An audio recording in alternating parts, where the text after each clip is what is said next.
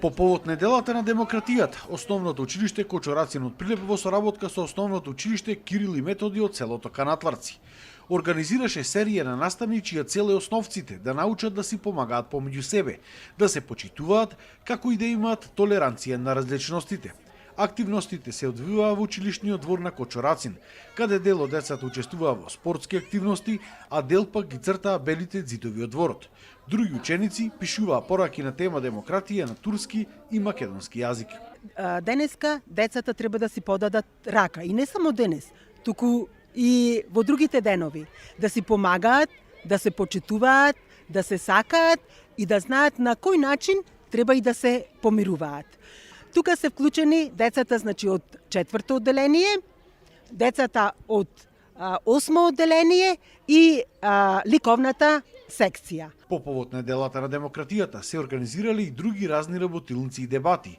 И она што од пред неколку години го започнал некако проект, сега веќе станало традиционално.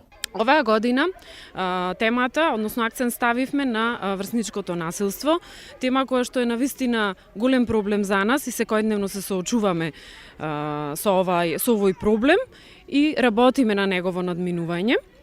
Како што кажав, работилниците кои што ќе се одржуваат се прилагодени според возраста на учениците, значи во секој одделение се спроведуваат различни работилници, а учениците кои што се одговорни и ги спроведуваат нив се претседателите и замениците во одделенијата, односно членовите на ученичката заедница.